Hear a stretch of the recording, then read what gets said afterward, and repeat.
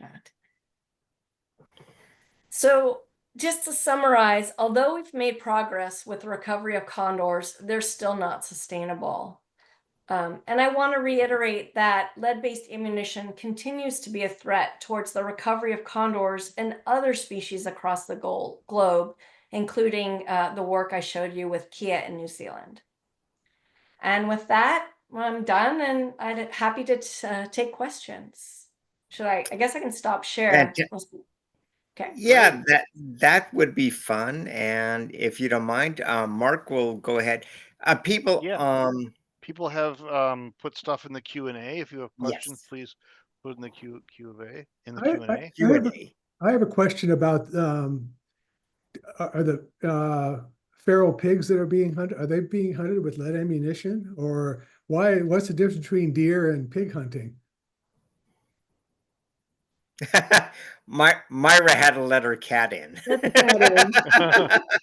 He will just stop. Like, I'm like, I can't. It's like I should have done this on campus. So that's a great question.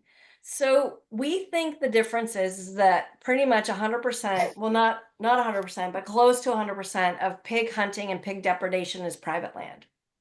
And so different things happen on private land versus deer hunting, which is primarily not on private land.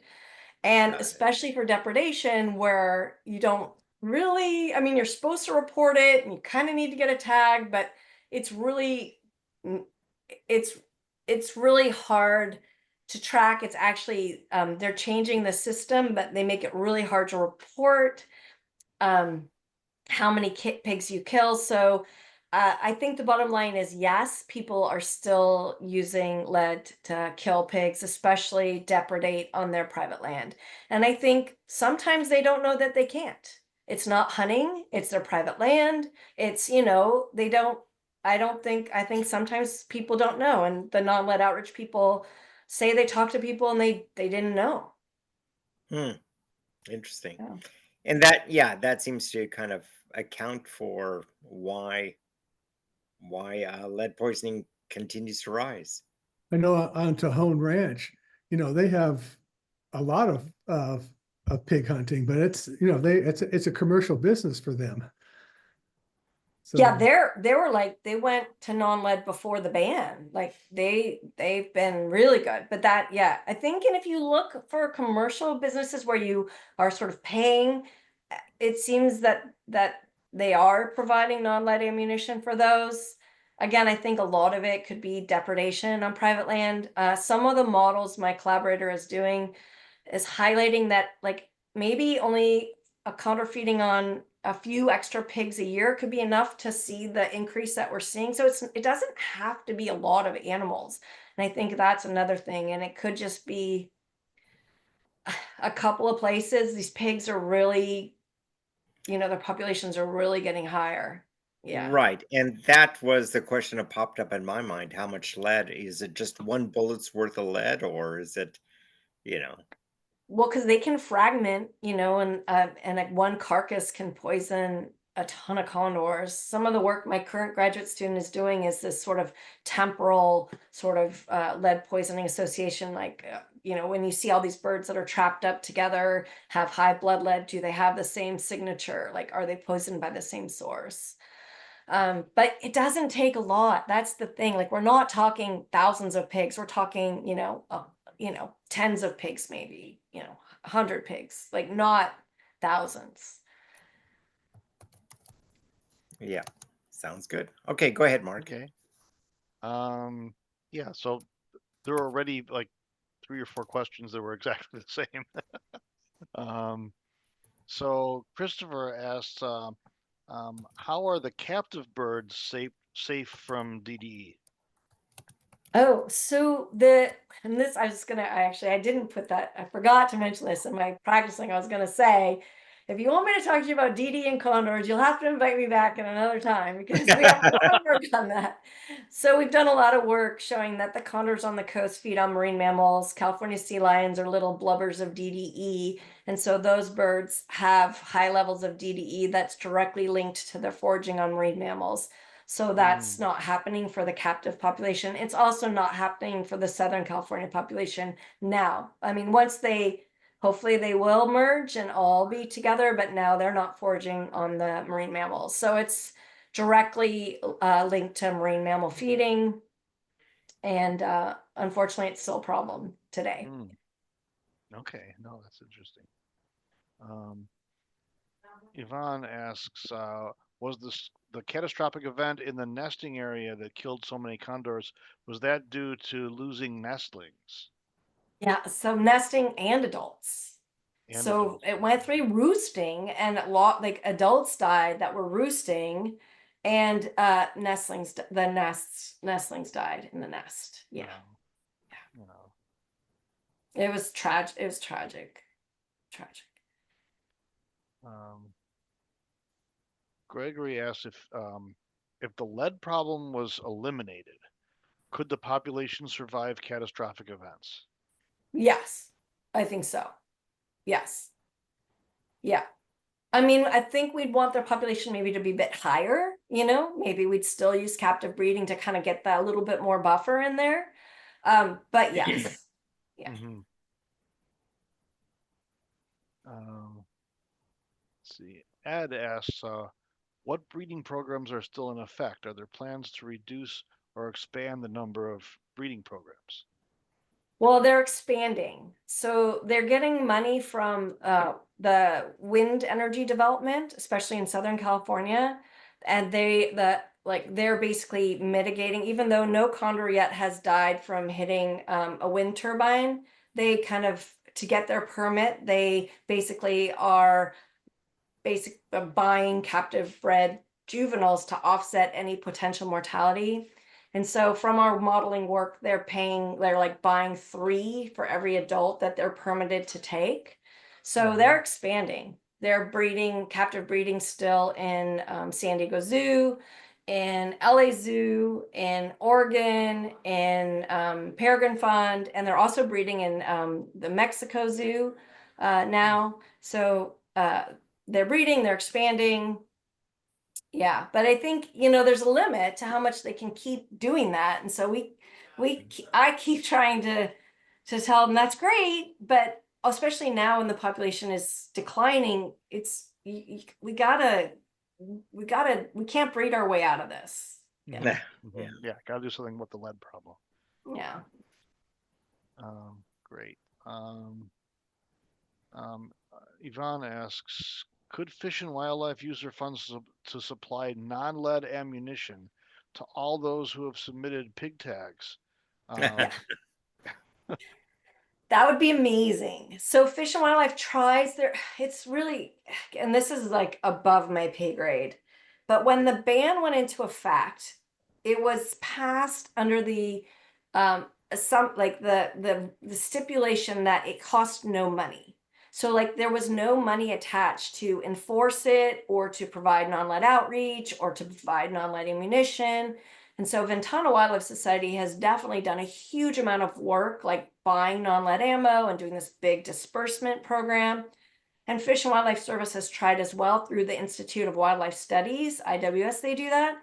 But it's like the funds that they can use for that, it's not that easy. They can't just take funds for that. I mean, we're hoping that PG&E might do that, like might take some funds if they're going to mitigate some of these condors that have died and say, okay, well, we don't have any more room to breed captive breeding. You don't want to build a new facility. So buy us some non-lead ammo. And we're actually, which I didn't say, but we're starting to get data that basically says this amount of non-lead ammo given, lowers this amount of lead risk. So that's, I think, what we need to say, like, you can, we're now buying, like putting it in a metric that you can use for offsetting, which they've been doing, because that's the wind energy companies are like, well, we need to like have a concrete thing that we're doing, and we don't know how non-lead ammo works, but some of the work we're doing with this lead risk paper, actually these models are showing that it is actually working. So that's, I didn't put that into, it's so so much stuff, but we're really excited about that. Like we're really excited because I think it might be what they need to help. But yeah, I wish they could just buy non-lead ammo. Yeah. Yeah. Um, Yvonne asks, is the U.S. the source of the lead ammunition in New Zealand? It's a good question. I don't know. I know some of the bullets we analyzed were from South Korea, so I don't think Nope. entirely. But they collected them from the hunters and culling people and sent them to us. And I don't know where they were manufactured. Some of them were some of them were Winchester, but some was like South Korea bullets and things. Mhm. Yeah. Yeah. Okay. Um, oh, here's the other. Sorry, another. Sorry, the same question about how did the lead get into pigs, which is a great question, but you answered that already. Doesn't take very much. And I'll just remind people, like, just a tiny, like a little couple of grains, like little tiny pebbly rocks of lead will kill a bird. Like, it's not a lot of lead. The lead ammunition, I mean, it's not a big piece of lead. The lead ammunition is almost pure lead. So just a tiny little pebble has enough. If they eat it and it, Yeah. dissolves in their gut, that can kill them. Right. Just to remind people, condors, even though they're huge, are still only 20 pounds. Right. Hmm? Yeah. Yeah. It doesn't take it, so again, one pig that's been shot with lead-based ammunition could potentially kill many condors. Hmm. Wow. Yeah. So someone asks, why are ground squirrels a source of lead?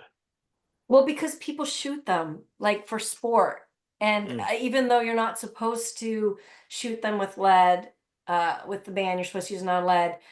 It is hard to get non-lead alternatives for the type of ammunition you use for ground squirrels, like 22s.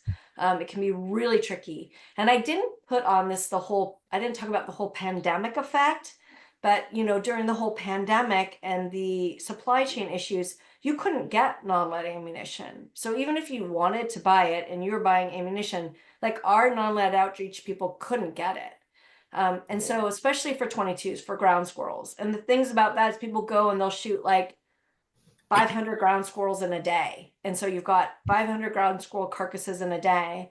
And, the condors will just come in and start eating. And again, I think even though there are non-lead alternatives, they're hard to get. And I think I just heard that like there was something and now it's not as easily available. It's tricky. It's tricky. Mm. Yeah. So Myra, are there other toxins that are affecting condors? You talked about DDE and lead. Are there other things out there from your work that's on the horizon now, like I don't know, PFASs or other sort of persistent organics or? We did we looked at like PBDEs and things in the condors when we did that work with marine mammal transfer of contaminants. I think another one is we kind of sometimes we're seeing a little bit of rodenticide exposure. So that's always something that we're a little bit worried about. There's evidence that they are exposed to rodenticides. I don't think we've yet had one that's been confirmed to die from rodenticide poisoning, but that is something that is definitely of a concern. We did have one that was some kind of a pesticide or something that died. So there are these other things that are out there that are problematic, and I think could be a concern. I mean, right now the lead is such a huge problem that it's kind of swamping any other of these things that probably are also kind of ticking in and causing a little bit of issues. Yeah. Yeah. Interesting. We have a lot of questions. This is great. Yeah, we do. We have a lot of questions.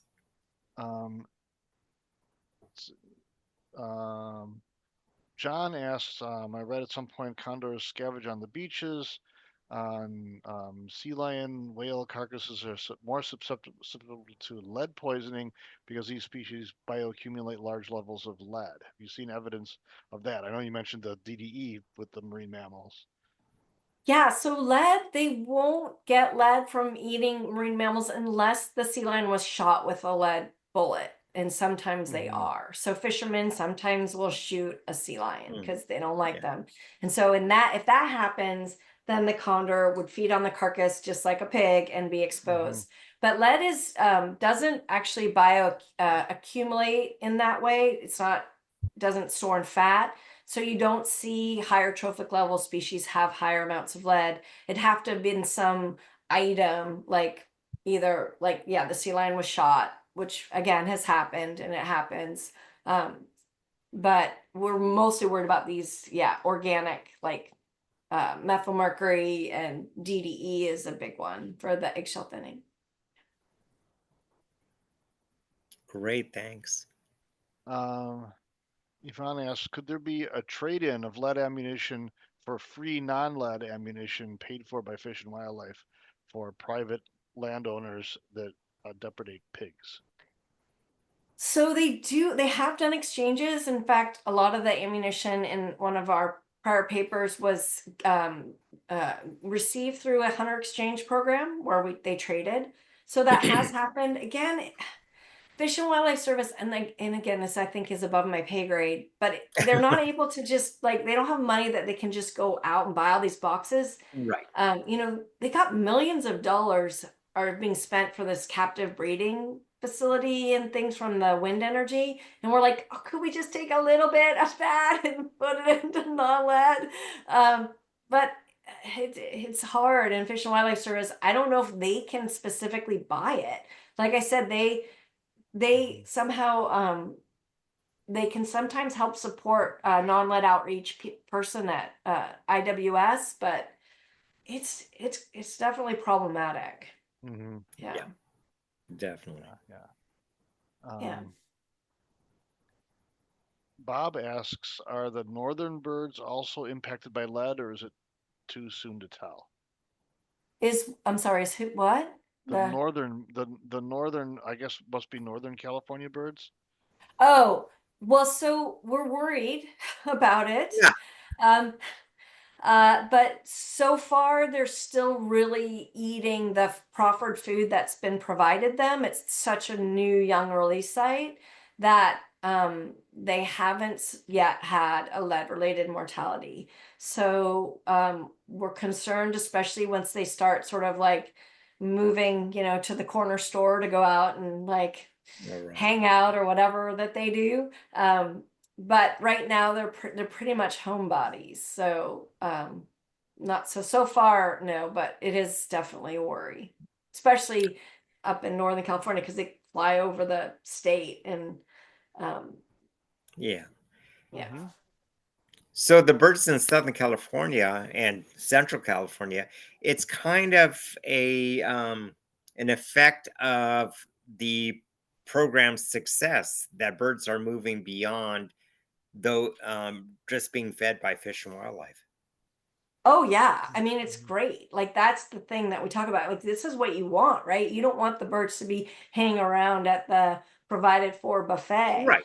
But Exactly. yeah, so these wild behaviors are amazing, but it's putting them Mhm. at higher risk, unfortunately, of lead. Right. That, I mean, it's sort of this like problem. You want these wild behaviors, but it's, Right. it's Mhm.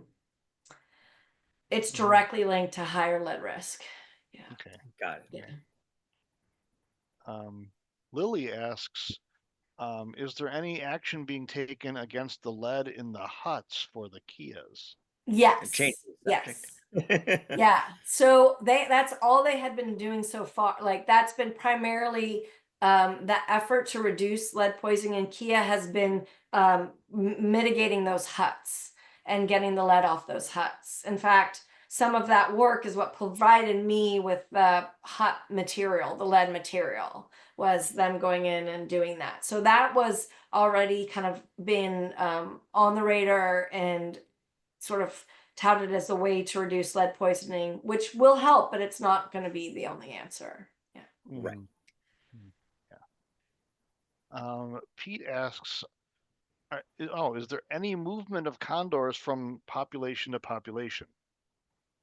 So just, I mean, not all the way yet. I mean, we're thinking there will be. Only sometimes we get them moving from Southern to Central California, like those guys will move back and forth. Sometimes, you'll get one that moves like from Central that will go east across, but there hasn't been any consistent movement.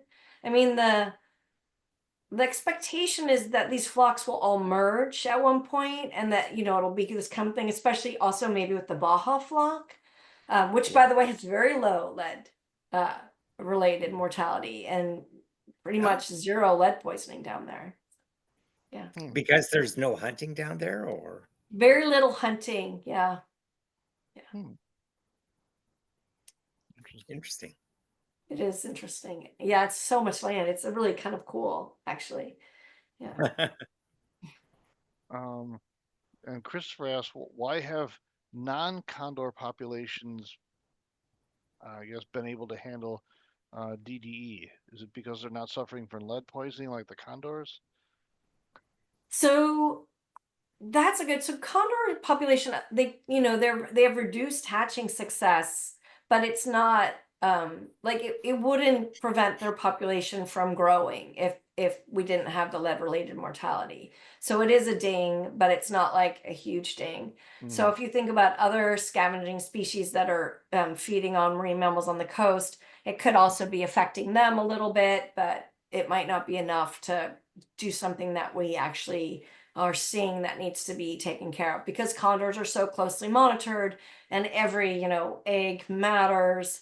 This reduced hatching success was such a big deal. Like I said, they start swapping out all the eggs to try to get them to hatch. But I mean, we're hoping that that the DDE will start going down. I'm on a part of a current study that's looking more at this DDE work. So maybe, in the future, I'll tell you. Yeah. Great, thank you. Yvonne asks, is there a similar situation with lead and condor mortality in South America? So yeah, and I haven't. So I've heard it is a concern. They don't have anywhere near the monitoring that we do here, but there is apparently lead poisoning of the Andean condors, and they're concerned about it. Especially also, they're concerned with other types of pesticides in the Andean condor population, but they don't have the level of monitoring that we do to kind of tease apart what's happening. I know that they're worried about the population and they're worried about lead, and they do have some, like, I know there's a few case studies where yes, this bird was poisoned by lead and was taken into the hospital and things like that, but I don't know like what proportion of the population's affected. I don't know if they do, honestly. Bob asks, do you know how close a condor has come to southern Oregon? Oh, I think well, I mean, they're really those Northern Californians, I think pretty close, because that Northern California release site's pretty close. Yeah, so I think that's not going to be far for them to go over. It's a little bit of a anyway, it's the whole thing, because they're not protected by the Endangered Species Act. So they're experimental population, like the Arizona Utah population. Okay. So they don't have the same protections. Yeah. Okay, that's weird, but Yes. yeah, a lot of things are weird. A lot of things are weird. Yeah.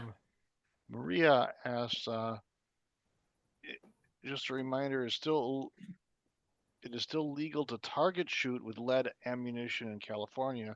So lead ammo is still available for sale in stores, even though there's a law against hunting with it. Enforcement is very low, kind of like speeding on the highways. Right.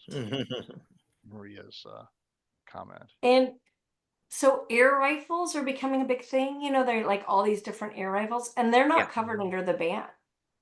So you can use lead legally in an air rifle. Lead ammunition, yeah. And that's not covered. Yeah. And so now we were looking, you can get an air rifle that can take down like a deer or a pig. And like supposedly some of these air rifles, I mean, I don't know. I'm Hmm. not but Huh. apparently, like there's some pretty major air rifles now, and air rifles are not covered. Hmm. Yeah. Yep. Roseanne asks, what building material specifically are the Kia eating that has lead in it? So flashing, roof flashing, and these nail heads Okay. for the roofs are the two main things. Mm-hmm. So I think they were just like ripping it off, I don't know if you know Kia, but they get into everything. Ah, Yeah. I was not really a question of comment. Maybe Tejon Ranch should take the pledge of no lead hunting. I don't know if Well, it's a they kind of pledge. It's still have. it's they have. It's yeah, illegal, right? they have. Yeah.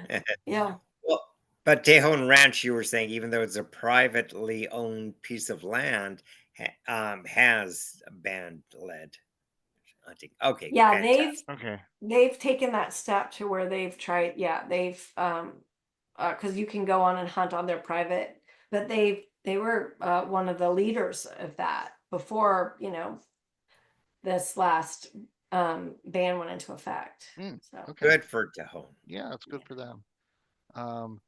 Question from Ken. There was an incident of lead poisoning in the Northern California population from feeding on a poached elk carcass, but the yeah. affected birds were caught and chelated. Yeah, More of they a were comment really on the worried about question, that. huh. But the bloodlets weren't astronomical in that one. Yeah, so they haven't had any lead related mortalities yet. But yeah, that poached elk was Yeah. Mm-hmm. Interesting. Interesting. yeah. And Lily asks, do you think a total ban on lead bullets could happen? So even for target shooting and air rifles and all these other things that you mentioned. I could hope so. I mean, right Yeah. now we don't even have a ban for hunting in any other state. I just don't. Yeah. I think we're ways off from there. Yeah. Yeah. Is non-lead Unfortunately. ammunition like just so much more expensive or hard to get? Is that factor No, into it? I think it's the weight and impact of lead and the low cost of lead versus anything else. So it's like everything else, probably a bit more complicated than just simply this for that. Well, I heard you have to like recite your gun, right? So you can't just like take a bullet that was like a gun that was you're shooting lead and then stick a non-lead because you have to recite it and do these other things to it. So, Yeah. but and there's like a paper that's been published that's saying if you look at the quality of the bullet, lead ammunition is not cheaper. It's just you can get kind of crappy lead ammunition that's available, I guess. But then it just gets to the whole sort of tragedy of the commons, right? Like we Yeah. pay as a society for these costs. Um, yeah. Yeah. I think Yeah, because they got rid of leaded gasoline, for instance, when a yeah. long time ago, and um, Yeah. Yep. But it's tied with like I want to keep my gun. So when we were right. publishing some of our work in like 2013 and showed that lead ammunition was responsible for the poisoning of the condors and a bunch of like stuff came out. The spokesperson for the National Rifle Association came out like was quoted in a newspaper article saying any restriction on the use of lead-based ammunition, we think of a restriction of our rights to bear arms and we treat it as such. Yeah. So I'm like, okay, well that's where you're at, so that's part of a problem where you can ban, you still drive a car, you can still, it's not like we're Yeah, checking we still taking drive a car with unleaded gasoline. Yeah. right. Yeah. Just use it. I mean, hunting is good for condors. It's a good thing there. Yeah. Just do it in a more safe and sane way, Mm-hmm. conservational way. Yeah. Yeah. Yeah, it's become very polarized, Mm-hmm. the issue, Yeah. unfortunately. especially at the moment, hopefully in a few years it won't be as polarized. Myra, thank you very much for a wonderful talk tonight. I know everyone Sorry about the always cat. enjoys condors. Cat owners And unite, Myra. Yeah, no, thank you. It was fantastic, and you can tell by the number of questions also. Yeah, yes, that was exactly. really a Very great update. interested I in, really yeah. enjoyed it. Yeah. Thank you. Hopefully it wasn't too, the modeling is always like, oh, but anyway, it's exciting. No, you Thank you. presented in a very nice way. Yeah. Yeah, thank you. Thanks. Yeah. Okay. Yes. Thank you right. very, very much, and thank you to everyone who attended and join us next week for another wonderful webinar. And I think that's it. Thanks again, Myra. Yep, Night, thank you, Myra. Myra. Thank you. Say hello to your Good, cat. everybody. for us. Yeah, pet the kitty. All right. Bye. Thanks. Good night, everyone. We'll Good see you night. next week. Take care.